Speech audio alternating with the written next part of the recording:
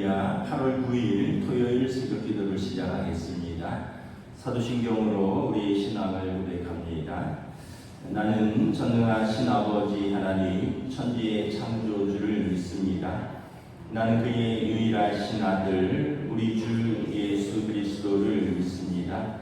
그는 성령으로 잉태되어 동정녀 마리아에게서 나시고 본디오 빌라도에게 고난을 받아 십자가에 못 박혀 죽으시고 장사된 지 사흘 만에 죽은 자 가운데서 다시 살아나셨으며 하늘에 오르시어 전능하신 아버지 하나님 우편에 앉아 계시다가 거기로부터 살아있는 자와 죽은 자를 심판하러 오십니다.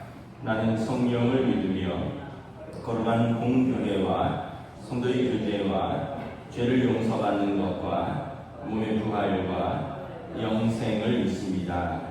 아멘. 찬송가 90장 찬양하시겠습니다. 찬송가 90장입니다.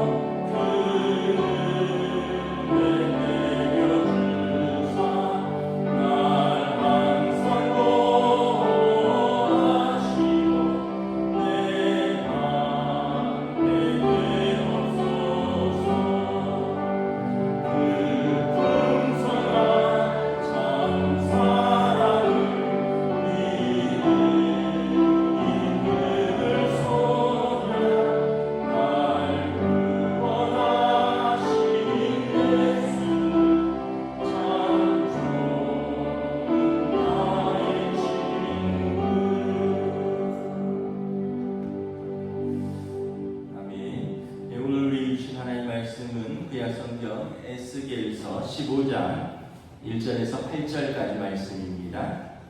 구약성경 에스겔서 15장 1절에서 8절까지 말씀입니다. 구약성경 1169페이지입니다. 다 찾으신 줄 알고 저와 여러분들이 한 절씩 교도하도록 하겠습니다. 여호와의 말씀이 내게 임하여 이르시되 인자야 포도나무가 모든 나무보다 나은 것이 무엇이랴? 숲속의 여러 나무 가운데 있는 그 포도나무 가지가 나은 것이 무엇이랴? 그 나무를 가지고 무엇을 제조할 수 있겠느냐? 그것으로 무슨 그릇을 걸 옷을 만들 수 있겠느냐? 불에 던질 땔감이 될 뿐이라. 우리 그 두 끝을 사르고 그 가운데로 태웠으면 제조에 무슨 소용이 있겠느냐? 그것이 온전할 때에도 아무 제조에 합당하지 아니하였거든 하물며 불에 살라지고 탄 후에 어찌 제조에 합당하겠느냐? 그러므로 주 여호와께서 이같이 말씀하셨느니라. 내가 숲을 가운데 있는 포도나무를 불에 던질 땔감이 되게 한 것 같이 내가 예루살렘 주민도 그같이 할지라. 대적한즉 그들이 그 불에서 나와도 불이 그들을 사르리니 내가 그들을 대적할 때 내가 여호와인 줄 너희가 알리라. 내가 그 땅을 황폐하게 하리니 이는 그들이 범법함이니라. 나 주 여호와의 말이니라 하시니라. 아멘. 할렐루야. 토요일 새벽 기도에 나오신 우리 성도들을 주님의 이름으로 환영하고 축복합니다. 서로 한번 인사하겠습니다. 한 주간 평안하셨습니까?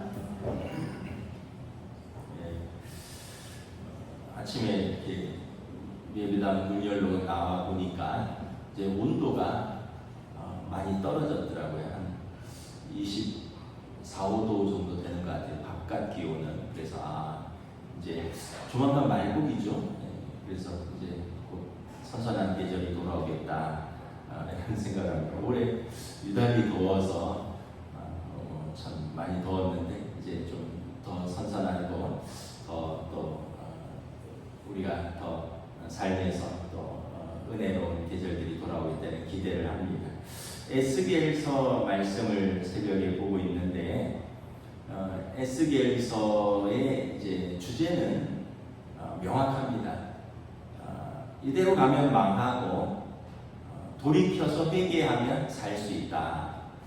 에스겔 선지자는 유대의 그 마지막 때 그 시드기야 왕이 마지막 때인데 그 직전인 여호야긴 왕 때 바벨론 2차 침공 때 왕과 함께 25살에 포로로 잡혀가서 바벨론의 그발강가라는 그 유배지, 그 포로들이 수로 봉사할 때 동원되어서 같이 살던 그 유배지에서 살면서 하나님의 말씀이 그에게 임했습니다. 그는 이제 제사장 출신이고요. 하나님의 말씀이 임했으니까 이제 선지자로 활동을 하게 됩니다. 22년간 나라가 망하기 직전에 한 10년간 망한 후에 한 10년 정도 활동한 선지자입니다. 그래서 여러 가지 환상을 봅니다. 선지자를 구약에서는 선견자라고 하는데 환상을 보여 하나님의 뜻을 보고요. 선지자 하나님의 말씀을 받습니다. 그래서 에스겔서 보면 무슨 환상을 보고 또 어떤 행위를 하고 그래서 선지자는 그 말만이 아니라 어떤 보고 어떤 행위 그런 퍼포먼스로 하나님의 뜻을 전하는 사람입니다. 오늘 이제 하나님의 말씀이 내게 임하였다. 15장 1절입니다. 여호와의 말씀이 내게 임하였다. 어떤 말씀을 하냐면 예수님께서 하나님께서 농부시고 하나님이 그 포도나무를 심었고 예수님이 농부고 너희들은 포도나무 가지라 이 말씀하고 지금 동일한 내용입니다. 농부가 밭에 포도나무를 심었습니다. 그리고 이제 햇빛도 잘 쬐도록 잘 조치를 취하고 물도 제때 공급하고요. 그리고 가지치기도 해서 이제 가지들이 이제 나무들이 쫙 올라가고 가지들이 뻗어 나가고 잎이 무성했습니다. 그 포도나무를 보신 적이 있으시나요? 저는 이제 어렸을 때 교인 중에 한 분이 과수원을 하셔서 포도나무를 좀 가까이서 본 적이 있는데 그렇게 크지 않습니다. 한 1m 조금 더 올라갈까요? 그러니까 어른들 키 높이 아래인데 이제 그 정도에서 옆으로 쭉 퍼지면서 이제 포도가 달리죠. 그런데 오늘 본문에 보면 농부가 이제 나무가 올라가고 가지들이 뻗어나가고 잎이 무성해서 포도 열매를 수확하러 갔는데 열매가 없어서 굉장히 실망합니다. 맺혀 있어도 먹을 수 없는 조잡한 열매였습니다. 그 농부가 얼마나 정성을 다하고 기대를 했겠습니까? 그런데 굉장히 실망했죠. 여러분 그런 경우 있죠. 어디 음식점 같은데 막 찾아가서 멀리까지 찾아가고 기대하고 맛을 봤는데 이게 이 맛이 아니네. TV에서 광고하던 그 맛이 아니네. 예전에 먹던 그 맛이 아니네. 그 굉장히 실망할 때 있죠. 제가 막국수를 좋아해서 저희 가족들하고 어디 강원도를 왔다 갔다 하면 그 중간에 새말에 가면 새말 IC로 빠져서 한일 막국수라고요. 막국수를 모르겠어요. 이제 제가 느끼기에는 굉장히 잘하는데 저희 식구들하고 이렇게 뭐 특별한 일이 없으면 이제 거기를 이제 들러요. 그 심지어는 경부를 타고 올라오다가도 중간에 영동으로 빠져서 새말에 가서 특별히 먹고 올 때도 있고요. 영동으로 갔다 올 때는 저는 거의 이제 들러서 먹고 뭐 친구들이 안 간다면 저 혼자라도 가고 이러는데 한 번은 갔는데 거기가 월요일이 쉬는 날이더라고요. 그래서 아니 무슨 막국수집이 월요일 날 쉬나. 그래서 보니까 옆에도 막국수집이 있고 위에도 막국수집이 있는 거예요. 그래서 뭐 비슷하겠지 막국수가 하고 옆에 갔어요. 옆에 가서 딱 먹었는데 우리 애들이 한 젓가락 딱 먹더니 이 맛이 아니네 이러더라고요. 애들도 알아요. 그 제가 딱 먹어보니까 그 맛이 아니에요. 그러니까 이게 결국은 이제 육수 차이 같은데 뭐 막국수야 메밀에서 다 뽑아내고 감자전은 또 감자 갈아서 부친 거니까 비슷한데 막국수는 이 육수 맛이 있더라고요. 그래서 제가 딱 한 젓가락 먹는데 더 먹기 싫더라고요. 그리고 여기까지 와서 이렇게 빠져서 이렇게 일부러 찾아왔는데 또 아이들이나 가족들은 저만큼 막국수를 안 좋아하거든요. 막 설득하고 달래서 꼬셔서 데려왔는데 그 맛이 아니라서 굉장히 실망을 했던 기억이 있습니다. 여러분들은 뭐 그런 게 없나요? 지금 아마 농부가 이런 마음일 거예요. 포도나무를 심고 포도나무는 제가 알기로는 그의 열매가 맺히지 않습니다. 한 3년에서 5년을 잘 키워야 돼요.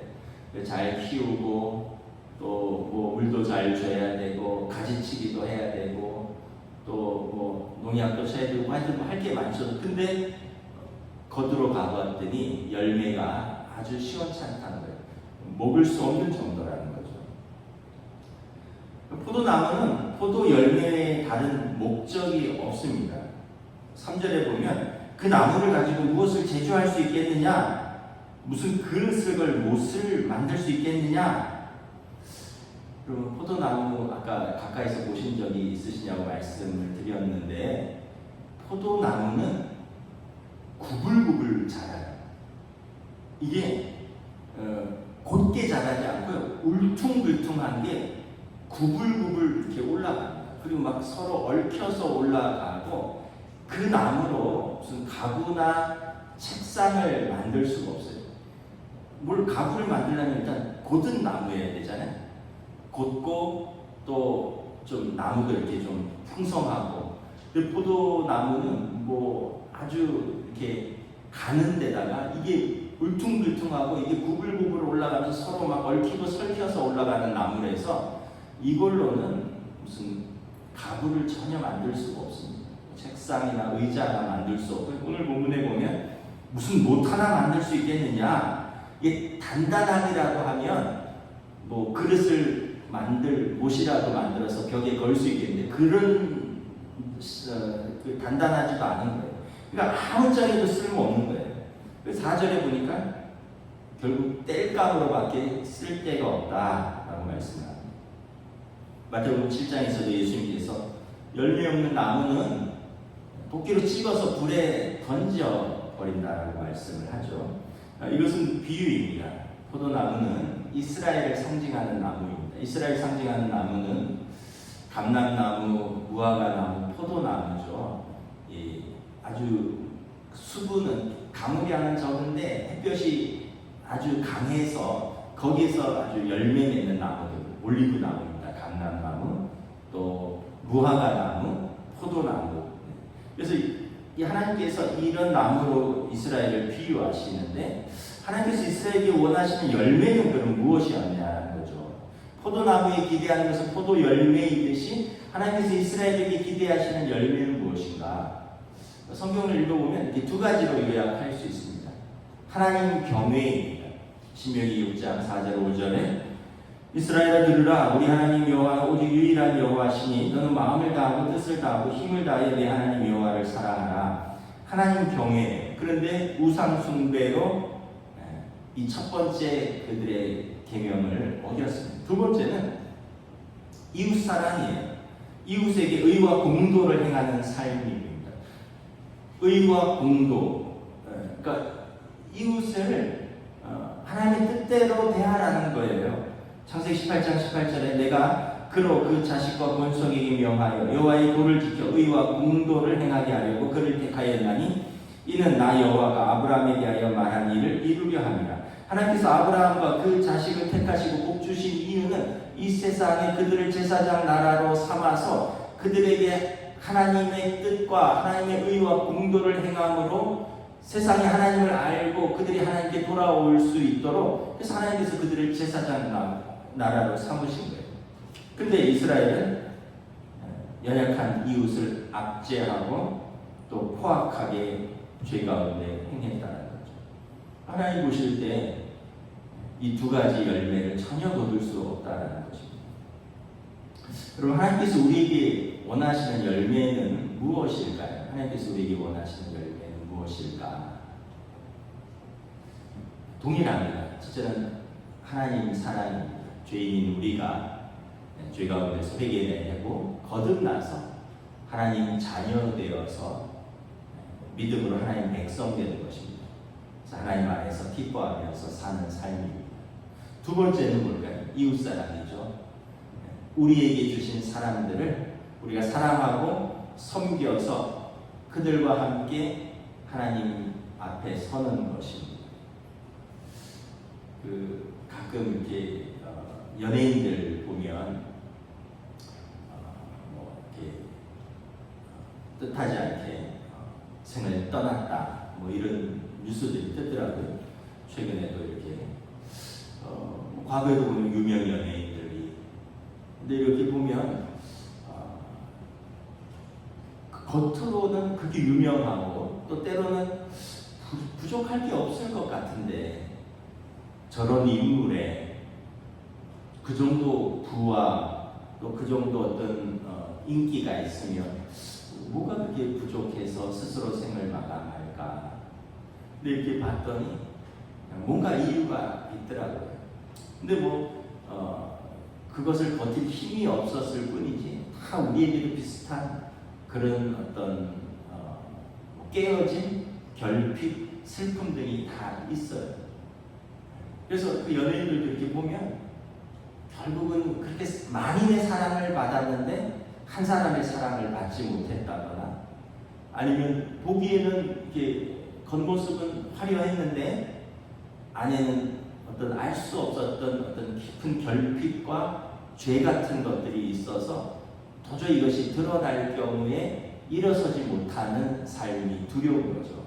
그래서 왜냐하면 자기 이름 다 알고 자기 얼굴을 온 국민이 다 알잖아요. 근데 그런 죄가 드러나면 이제 모든 사람이 다 얼굴 알고 이름 알고 지탄받으니까 거기에서 또 무너지기도 하고. 우리도 보면 큰 열매를 기대하기보다는 일단은 먼저는 우리 영혼의 거듭남의 열매죠. 이것은 우리 개인적으로 맺어야 될 열매입니다. 하나님 앞에서. 그리고 이제 같이 맺어야 될 열매들이 있습니다. 가족들이, 성도들이 같이 맺어야 될 열매.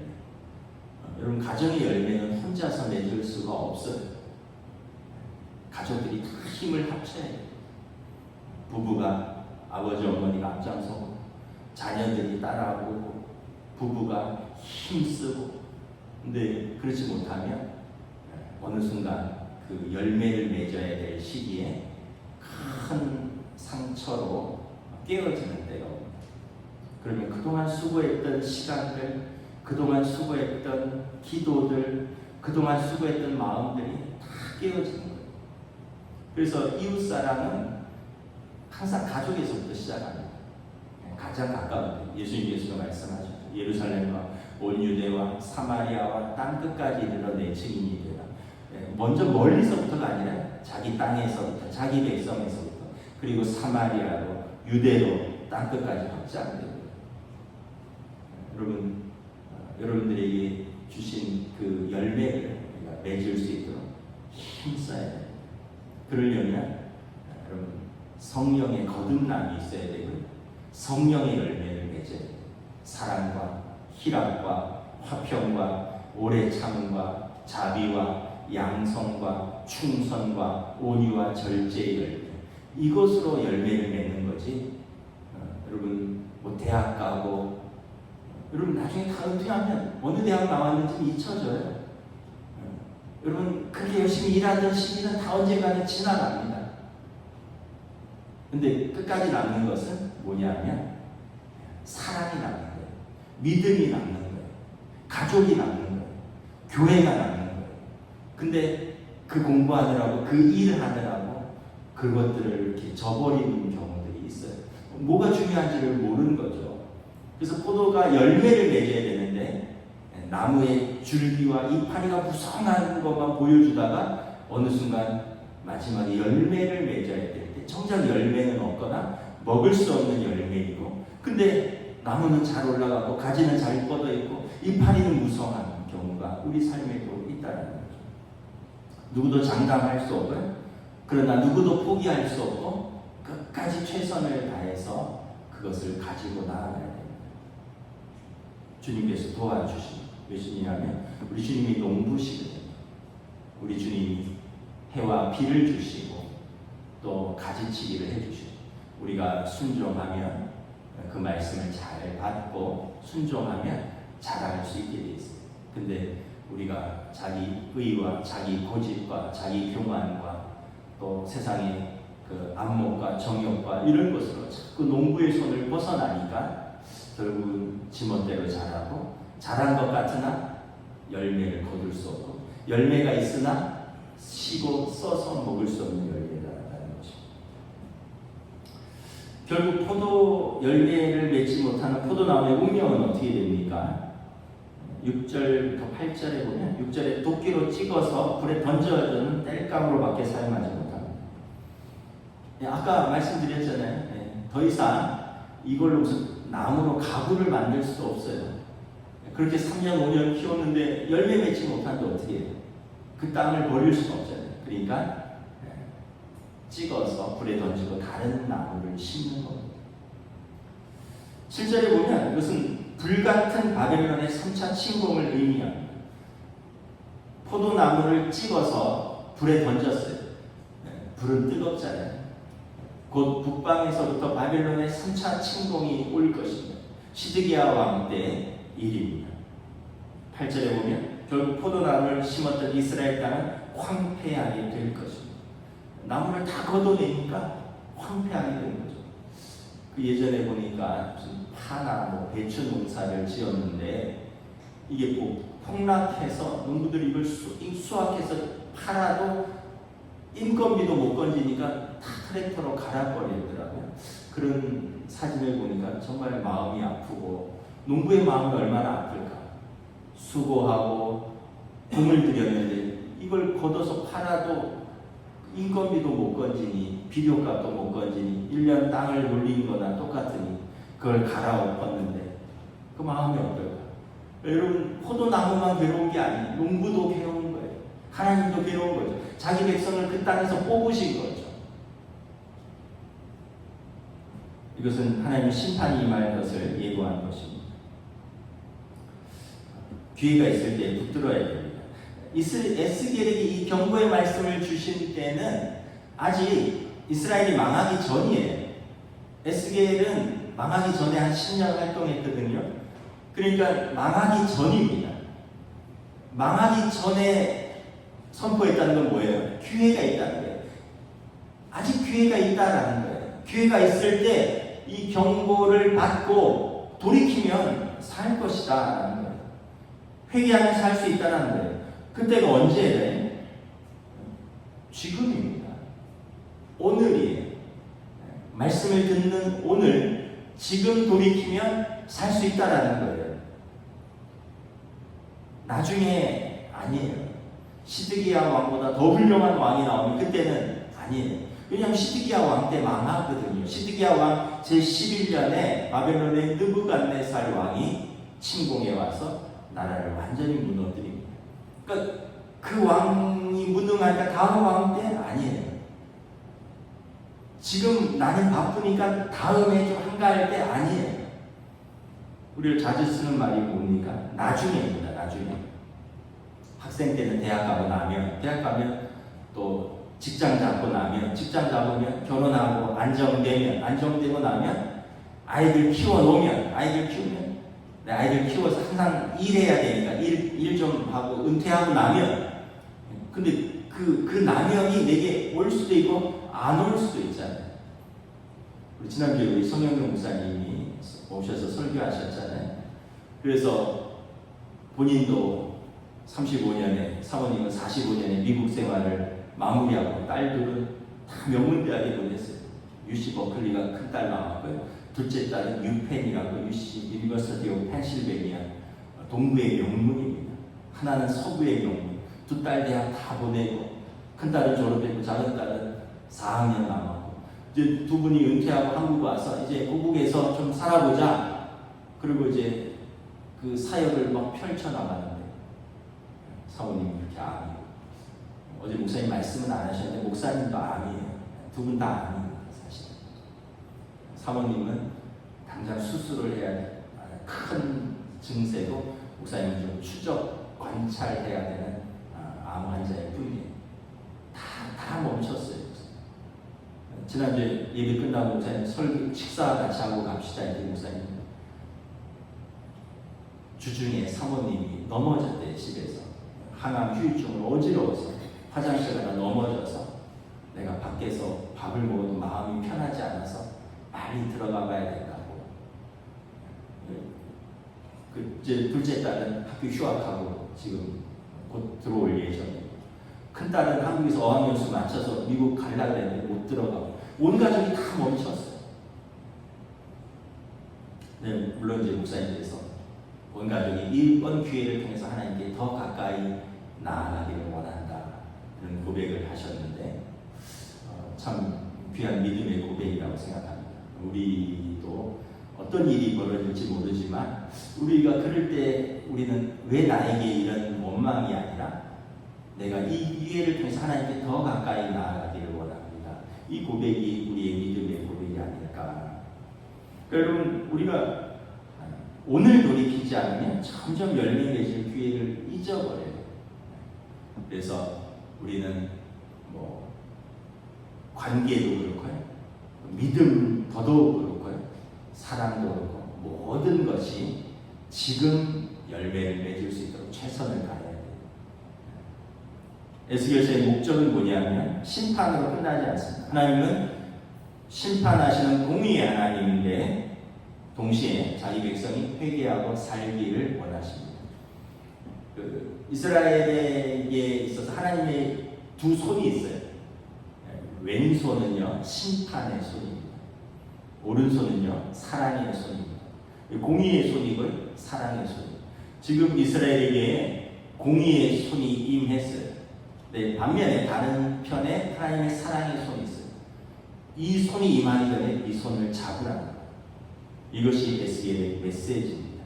하나님은 자기 백성이 죽기를 원치 않으십니다. 회개하고 살기를 원하십니다. 다시 회개하면 포도나무의 죄라는 가지치기를 하고 하나님의 말씀이라는 햇볕과 물을 공급받고 하나님의 자비와 은혜를 베풀어서 열매 맺게 하실 것입니다. 저 여러분들이 또 말씀을 통하여 개인적으로, 가정적으로 또 우리 교회가 또 어떻게 하나님 앞에서 믿음의 열매를 맺어야 할까 돌아보며 또 하나님의 은혜를 구할 수 있기를 주님의 이름으로 축복합니다. 기도하겠습니다. 하나님의 은혜를 감사합니다. 오늘 주신 말씀을 통하여 참으로 농부의 그 큰 실망과 낙심한 마음을 우리가 느낄 수 있습니다. 그렇게 공들였던 포도나무 좋은 종자를 가려서 심었고 또 수년간 물을 주었고 또 가지치기를 하고 공을 들였는데 정작 열매가 먹을 수 없는 열매나 맺지 못하는 나무를 보면서 결국은 자신이 심은 나무를 자신이 찍어서 불에 던져야 하는 그 농부의 그 비통한 심정, 하나님의 슬픈 마음을 바라봅니다. 오늘 우리를 향하여 하나님께서 어떤 열매를 기대하시고 오늘 하나님께서 우리에게 어떠한 마음을 가지실까 생각을 해봅니다. 우리도 삶에서 때로는 우리가 부모로서 자녀에게 기대하는 열매가 있고 자녀들을 통해서 느끼는 기쁨도 있지만 안타까움과 슬픔도 있습니다. 마찬가지로 하나님께서 우리에게 기대하시는 하나님 아버지께서 자녀인 우리의 삶에 기대하시는 열매를 우리가 합당하게 맺고 있는가, 또한 하나님께서 우리를 통하여 기뻐하시는가 아니면 성령께서 슬퍼하시는가 생각하며 우리도 다시 한번 말씀 안에서 회복되기를 원하고 지금이라는 오늘이라는 지금 이 기회가 주어졌을 때 우리가 회개하고 돌이켜서 하나님 앞에서 열매 맺을 수 있도록 우리가 힘써서 나아가는 믿음의 삶으로 또 사랑의 삶으로 사명의 삶으로 성령님 인도하여 주시옵소서. 감사를 드리오며 우리 주 예수 그리스도 이름으로 기도드리옵나이다. 아멘. 하늘에 계신 우리 아버지의 이름을 거룩하게 하시며 아버지의 나라가 오게 하시며 아버지의 뜻이 하늘에서와 같이 땅에서도 이루어지게 하소서. 오늘 우리에게 일용할 양식을 주시고 우리가 우리에게 잘못한 사람을 용서하여 준 것 같이 우리 죄를 용서하여 주시고 우리를 시험에 빠지지 않게 하시고 악에서 구하소서. 나라와 권능과 영광이 영원히 아버지의 것입니다. 아멘.